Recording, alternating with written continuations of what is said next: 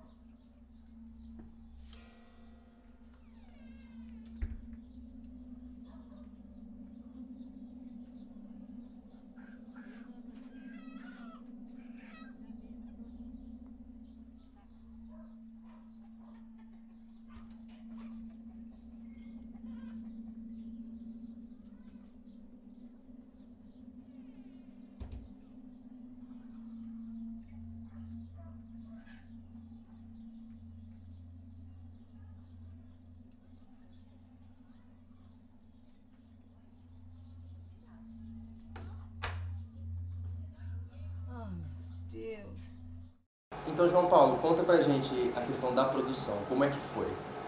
Então, a produção, né, assim, até começando pela sua primeira questão, essa questão do núcleo cinematográfico, que é um trabalho que eu estou criando no interior de São Paulo, no caso na cidade de Rio Claro, onde eu moro e tal, onde que minha família é de lá. E desde quando eu, né, voltei da minha faculdade, eu cheguei a estudar no Rio de Janeiro, cheguei a fazer lá estágio, trabalhar, por exemplo, dentro da Globo, mas eu via que eu queria criar uma coisa que eu tivesse uma liberdade artística, de fazer algo mais único e com um olhar que eu gostaria de estar imprimindo nos filmes, né? Então, quando eu voltei para o interior, eu quis voltar, até também acabei voltando para fazer um mestrado que foi na Unicamp. E nesse tempo que eu estava fazendo meu mestrado, eu comecei a tomar conta de um cineclube, que de certa forma existia já lá no Centro Cultural, só que não existia as pessoas que tomassem conta, então só colocava o filme e pronto. E aí eu comecei a tomar conta, não apenas mexer na curadoria, como principalmente criar debates e conversas com o público. E dali eu comecei a instigar as pessoas a produzirem também cinema, a fazerem o que nós chamamos que são os filmes ensaios. Então a gente chegou a fazer dezenas, até centenas de filmes ensaios, que não eram propriamente curtas, mas filmes que eram muito mais uma atmosfera, um trabalho de enquadramento, de mise-en-scène, direção, né? Todo um preparo que foi a maturidade do olhar, tanto meu como de uma equipe, que começou do zero a criar pessoas que tiveram o interesse de fazer cinema e aos poucos chegar até hoje, né, depois de quase já 10 anos, a chegar numa equipe mais consistente. Então levou anos para a gente conseguir criar do zero uma estrutura criativa de uma equipe que eu formei ali para fazer cabeças diárias, organizar essa produção, arte, fotografia, som, né, todas essas áreas. E também, é claro, aproveitei também toda essa oportunidade aqui como professor, né, que eu entrei desde o começo, quando surgiu a primeira turma de cinema aqui na Unimep. Então, para mim foi um prazer também acabar sendo também entrando como um dos professores pioneiros, junto aqui com um outro corpo aqui, né, para poder estar né, criando essa primeira turma, começando o curso de cinema, né. E então, para mim, era muito importante também trazer a participação dos alunos. Então eu acabei convidando alguns alunos né, para participarem da produção. E acabou chegando a ser quase a metade da turma, né, uns 15 alunos que entraram dentro dessas 5 áreas né, do filme para estar também auxiliando. Então foi um filme que a gente teve um trabalho de produção, né, de pré-produção com reuniões por áreas, a gente acabou fazendo reuniões por áreas, foi em torno de mais ou menos uns 3 meses, de preparação, até de fato a filmagem, que foi em torno de 3 dias que nós filmamos, né? E depois foi editado ele em janeiro, durante um mês, e finalizado, né? Legal. Bom, nós que estamos envolvidos na área audiovisual, a gente sabe realmente o trabalho que dá fazer tudo isso, e a gente vê, é legal, eu particularmente fico muito feliz por ser rio-clarense, de ter você como representante e de ter os olhos do mundo voltados para o Brasil de uma maneira que né, a cultura audiovisual seja mais valorizada aqui. E contando um pouco mais agora sobre a sua viagem para Cannes. Você encontrou que profissionais lá, que você já assistia, você já acompanhou alguns filmes, quem que você chegou a conversar? Conta um pouquinho mais pra gente lá na mostra. Então, o Festival de Cannes, né, até para explicar, ele é o maior festival assim no mundo, é o festival né, mais internacional de maior importância. Eu digo assim como maior importância, eu sei que muitas pessoas né, sempre lembram, é claro, do Oscar, até me perguntam quando eu vou para o Oscar. Então, assim, o Oscar é assim, mais de 90%, a grande maioria dos filmes são norte-americanos, então assim, é uma premiação para filmes norte-americanos. E já no caso do Festival de Cannes, mesmo sendo um festival na França, ele é o maior festival né, do mundo, onde que são vários dias, então assim, toda a nata, os grandes diretores, grandes artistas, né, atores, os grandes produtores, grandes estúdios estão lá presentes. Então você vê pessoas da Warner, da Fox, vê pessoas de Hollywood, vê da Europa, vê de todo mundo os maiores. Então é um grande prestígio. Então estar lá realmente é uma coisa incrível.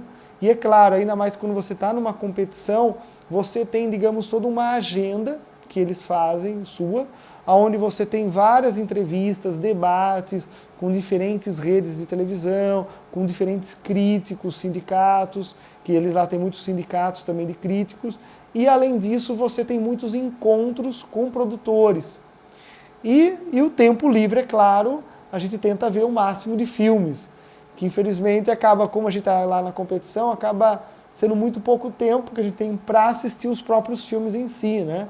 Porque são muitos encontros e lá é muito também um mercado internacional. Então você está lá numa exposição, digamos, onde as pessoas descobriram um certo talento seu e eles querem que você dê certo, querem que isso expanda. Então você tem vários encontros, principalmente com produtores, para se pensar novos projetos.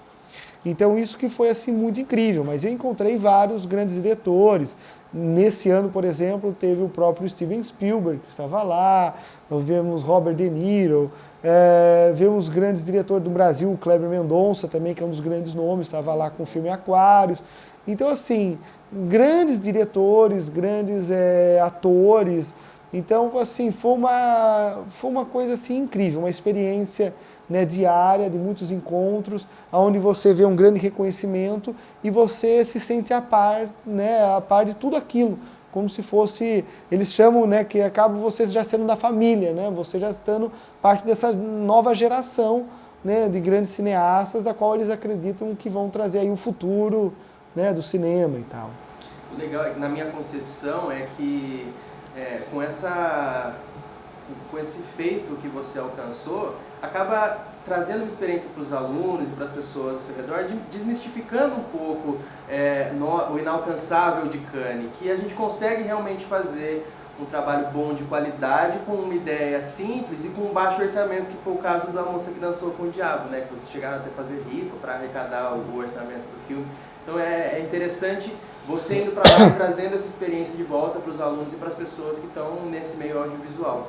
Exatamente, é toda uma história bastante curiosa, né? O pessoal fala muito sobre a produção mesmo do filme, porque a gente já teve a experiência com o Command Action, que foi o filme que foi no ano passado também, lá para o Festival de Cannes, mas foi em outra mostra, que foi a Semana da Crítica, e lá, né, a gente tentou pela Lei Rouanet, infelizmente não conseguimos, não pela questão por parte do governo, que eu sei que muitas pessoas criticam a distribuição e os artistas que estão, digamos, se apropriando da Lei Rouanet. Eu acredito que eu também tenho algumas certas críticas, com certeza, em relação a isso, porém eu sou um dos artistas que também, de certa forma, digamos, poderia ser contemplado, e eles até aprovaram o projeto de Lei Rouanet no Command Action. O problema foi a captação, e aí são as empresas, que é uma coisa que as pessoas às vezes não sabem, é as empresas que escolhem qual o projeto que vão destinar o dinheiro do imposto de renda. Não é o governo. Então o governo apenas aprova você, mas você não quer dizer que está com dinheiro, você tem que ir atrás das empresas.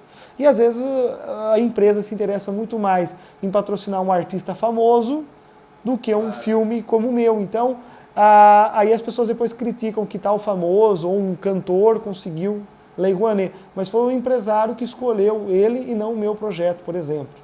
Então, é muito esse problema da comunicação com as empresas. E aí a gente tentou e não conseguiu, e a gente fez o quê? Fez rifa, né, que a gente chegou a fazer e conseguimos em torno do Command Action, foi quase R$1.000, que foi destinado para a produção de sets e tal.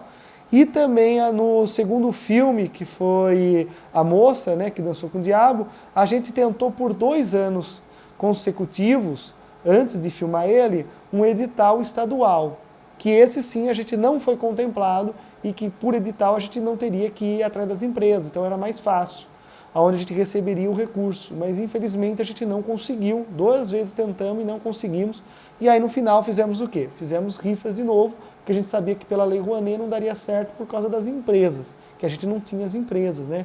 Esse é o grande problema.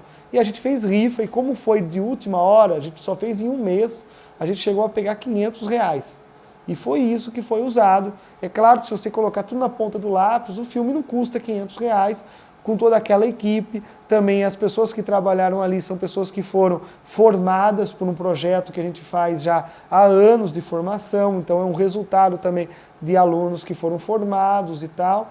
Mas, assim, para a produção a gente não tinha esses recursos, né? Não tinha como. E para ter uma ideia, lá em Cannes, o filme mais barato que competiu comigo, na mesma mostra da competição, custou $60 mil. O mais barato. Então, assim, e o nosso chegou, né, a gente financiar com R$ 500. E uma coisa que foi fantástica, com certeza, foi o momento final, né, que foi assim, no último dia do festival, na cerimônia de encerramento, a gente chegar a ser premiado. Que uma das coisas que as pessoas não conhecem é que o prêmio que a gente recebeu, que é da menção, né, menção especial do júri, é um prêmio que eles não dão todo ano. Diferente, por exemplo, da Palma, que dão todo ano. A última vez que eles deram foi em 2010. E o júri só dá um prêmio da menção especial quando existe algum filme de muita distinção, questão estética, artística, algo que eles veem que sobressai do comum, que tem algo assim, digamos que eles falam que é algo especial, distinto e grande, e que eles assim admiram essa qualidade, que é algo diferente. Então, por esse diferencial, quando existe isso no júri, eles declaram no ano que tem um premiado pela menção especial. Quando não existe essa diferença, os filmes, de certa forma, utilizam de uma maneira mais convencional, mas tudo bem, cativaram, emocionaram, tem os prêmios normais. Mas quando tem esse algo a mais, eles dão esse prêmio especial do júri. Então, isso só depois que eu fiquei sabendo, quando eles me explicaram todos esses detalhes. Então, assim, quando começou a cerimônia e quando existe esse prêmio, eles gostam de declarar esse prêmio logo no começo, é o primeiro prêmio da noite, quando tem. Então, já no começo, eles começaram a anunciar, falando que teve esse ano uma menção especial e que para esse ano eles escolheram que o filme que mereceria foi o filme da moça. E aí me chamaram, e aí eu nem sabia muito bem o que fazer, e aí eu me levantei ali, né, eles falaram para eu levantar, e aí assim, você imagina né, toda uma cerimônia enorme, com um monte de artistas, e aí você vê do seu outro lado ali o Steven Spielberg, no outro lado você vê o Robert De Niro, do outro lado você vê Xavier Dolan, do outro lado você vê o Jean-Pierre Léaud, que é um dos grandes atores da época do Nouvelle Vague, grandes diretores, Ken Loach e tal, todos ali do lado, começam até a aplaudir e até levantar e ficar 1 minuto ou mais ali te aplaudindo, e você assim emocionado, é uma coisa, uma sensação única. E não apenas nisso, né? Logo depois, em seguida, falando, um dos membros que é do júri oficial, que foi de longa, né, mas que veio falar comigo, por exemplo, aquela atriz, que é a Kristen Dunst lá, que é aquela que fez a Mary Jane do Homem-Aranha, por exemplo, chegou para mim no corredor e falou para mim, quando é que você vai fazer um filme nos Estados Unidos? E aí chegou a falar para mim, se precisar de uma atriz, eu tô aqui, hein?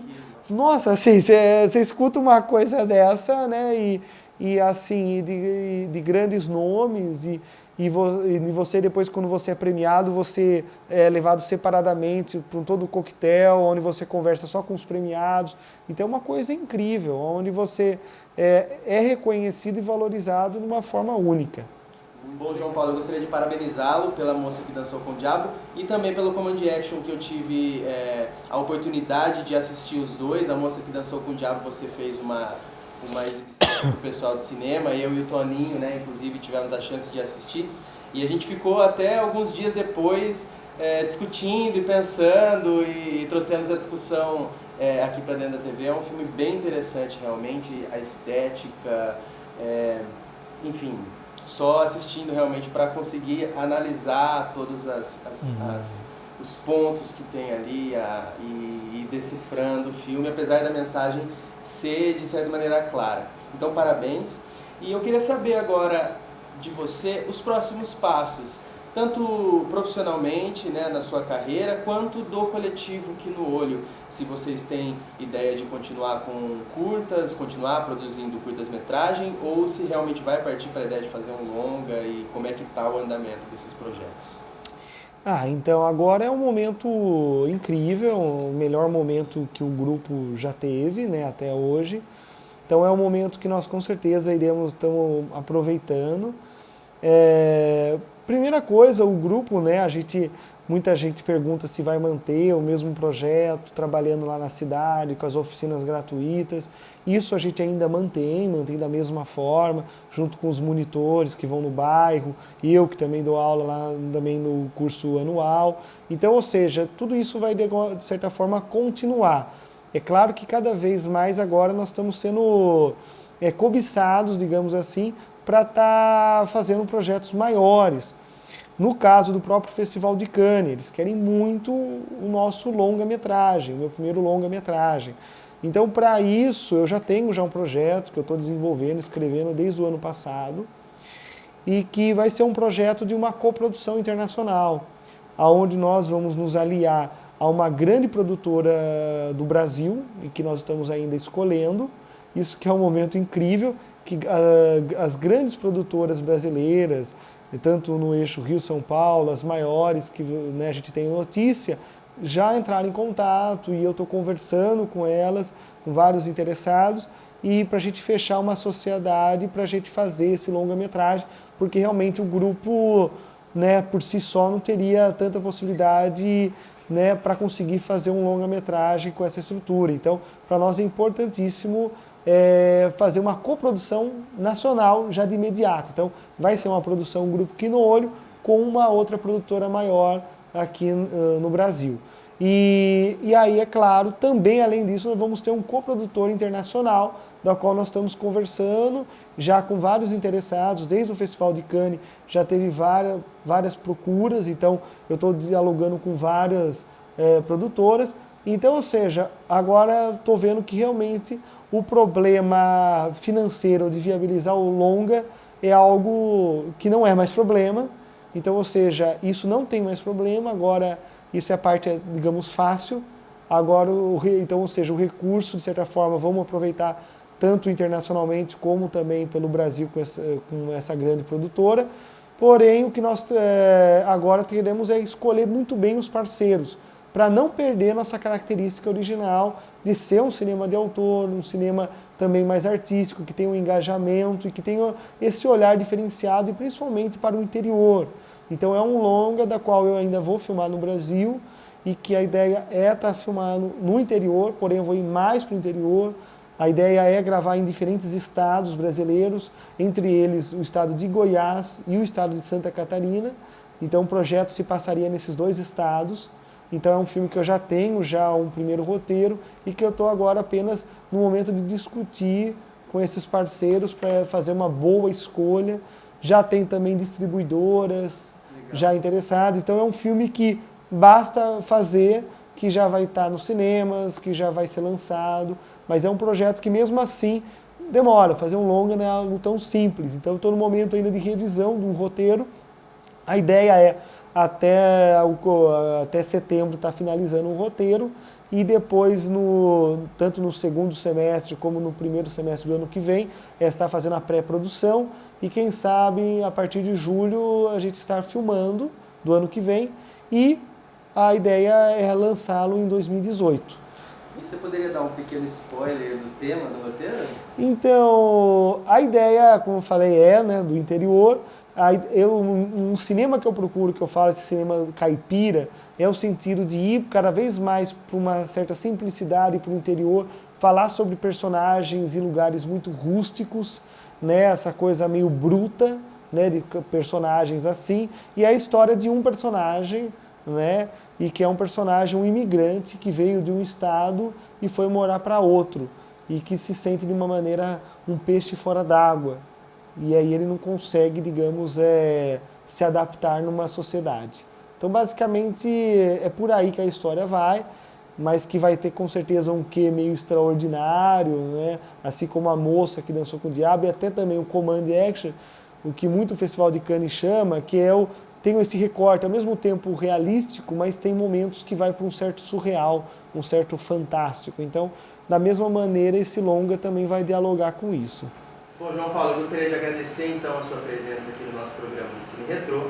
Este é um programa especial, então ele está inserido na internet, no canal da TV Unimap, no YouTube, e nas redes sociais também como TV Unimap, mas o programa Cine Retrô é exclusivo da grade da TV Unimap no canal 13 da NET. Então, se você quiser acessar outros programas da grade de programação da TV Unimap, é só nos procurar no YouTube ou no Facebook como TV Unimap. Tchau e até a próxima edição.